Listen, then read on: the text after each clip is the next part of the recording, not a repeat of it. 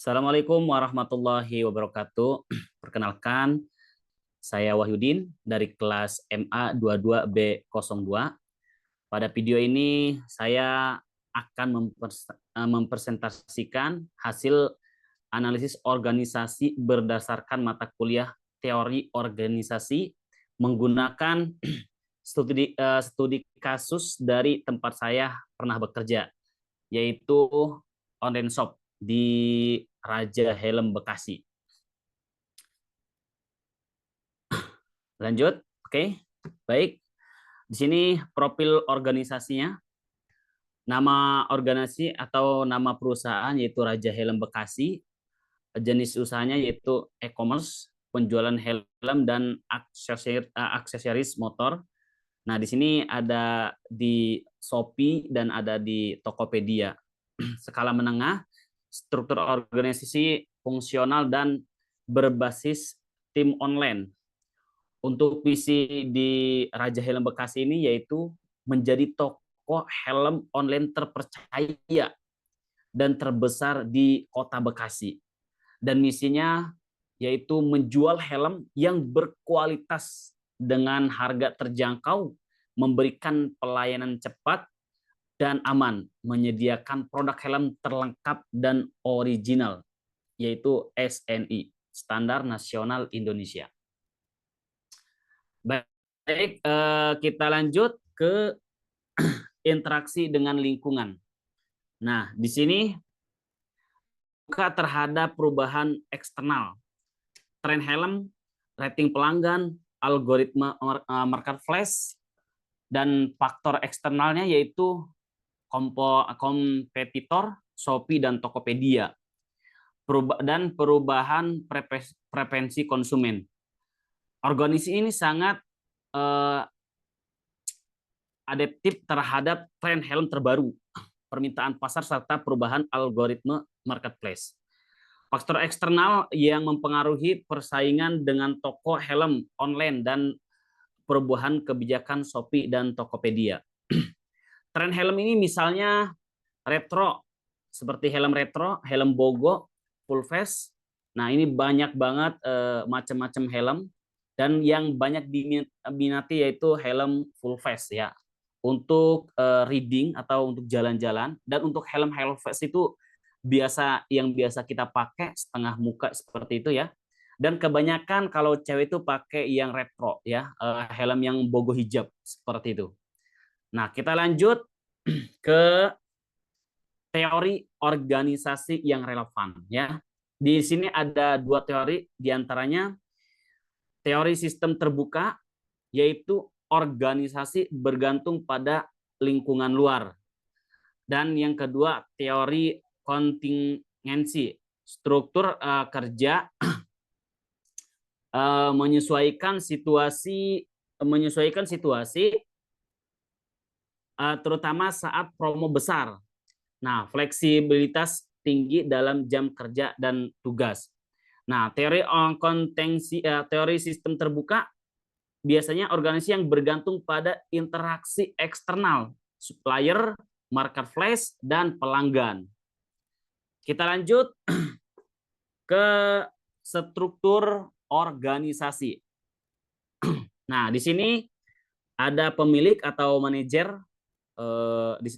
Di dalamnya juga ada admin marketplace yang biasa merespon pelanggan ketika menanyakan stoknya ada atau enggak, dan juga ada yang mungkin barang yang tidak puas karena di perjalanan mungkin helmnya terjatuh gitu ya, jadi pecah. Nah, kita respon, kita punya di dalam struktur itu ada tim admin yang melayani konsumen keluhan apa ketika helmnya datang di tangan konsumen.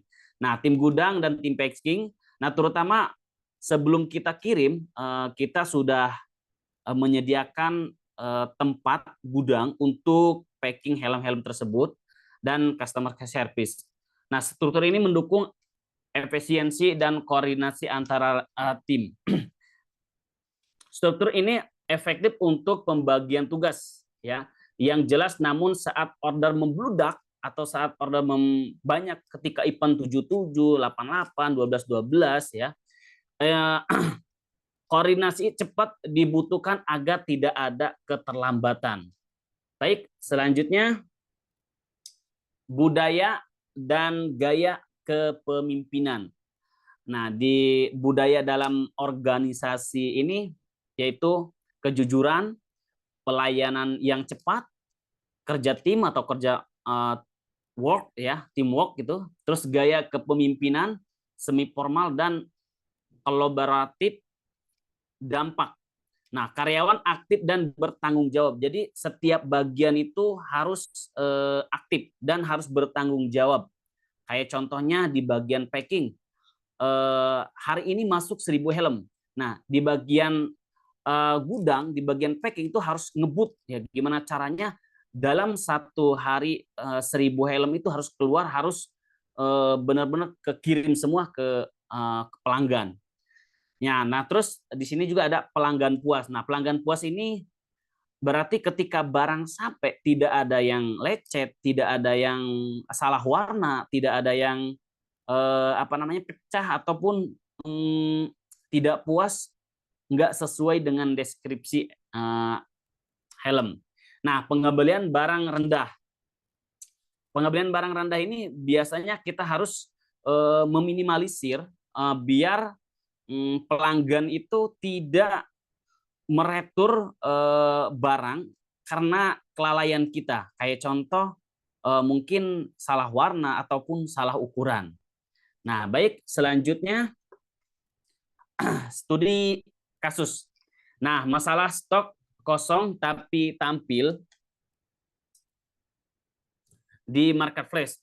Nah, solusi masalahnya itu pernah terjadi keluhan massal karena sistem salah input stok helm habis tapi masih muncul di etalase. Nah, biasanya ketika kita mendaftarkan produk helm itu di kampanye, nah otomatis kan sebelum kita mendaftarkan produk itu di kampanye, pasti dikasih tahu berapa nih stok yang ada di gudang. Nah, kalau kita tidak memanage, kalau kita tidak menghitung stok yang ada di gudang, terus tiba-tiba kita langsung menyetokin ada 1.000, padahal kita belum ini, itu sangat tidak baik karena ketika orderan itu membludak ternyata stoknya kosong. Nah, itu jadi masalah yang sangat besar karena keterlambatan pengiriman. Nah, di sini solusinya update stok segera.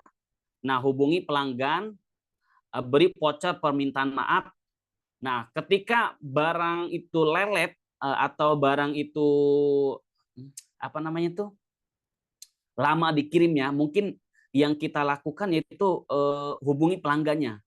Kak, mohon maaf untuk stok ini kita belum ada untuk di hari ini, mungkin besok. Nah, setelah itu kita meminta maaf. Habis minta maaf kita mungkin ngasih voucher atau ngasih di dalamnya itu mungkin ada bonus-bonusan kayak sarung helm.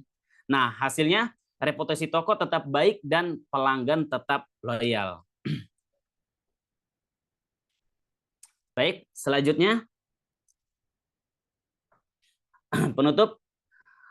Demikian presentasi saya. Mungkin teori organisasi ini yang sangat relevan dalam usaha online.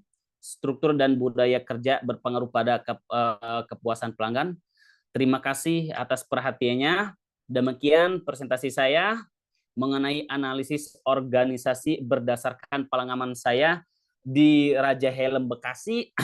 Semoga bermanfaat dan menggambarkan penerapan teori organisasi dalam dunia kerja nyata. Terima kasih, dan ini bukti-buktinya saya bekerja di Raja Helm Bekasi. Nah, ini gudangnya dan ini nama toko online-nya Raja Helm Bekasi. Nah, ini kegiatan packingnya dan sambil live ya. Nah, ini mungkin lebih jelasnya foto-foto sayanya. Nah, di sini saya bagian administrasi, bagian admin ya. Oke, terima kasih. Semoga yang sudah menyaksikan video ini puas dengan penjelasan saya, dan mohon maaf jika ada kata-kata yang kurang tepat atau yang kurang berkenan. Saya ucapkan terima kasih. Assalamualaikum warahmatullahi wabarakatuh.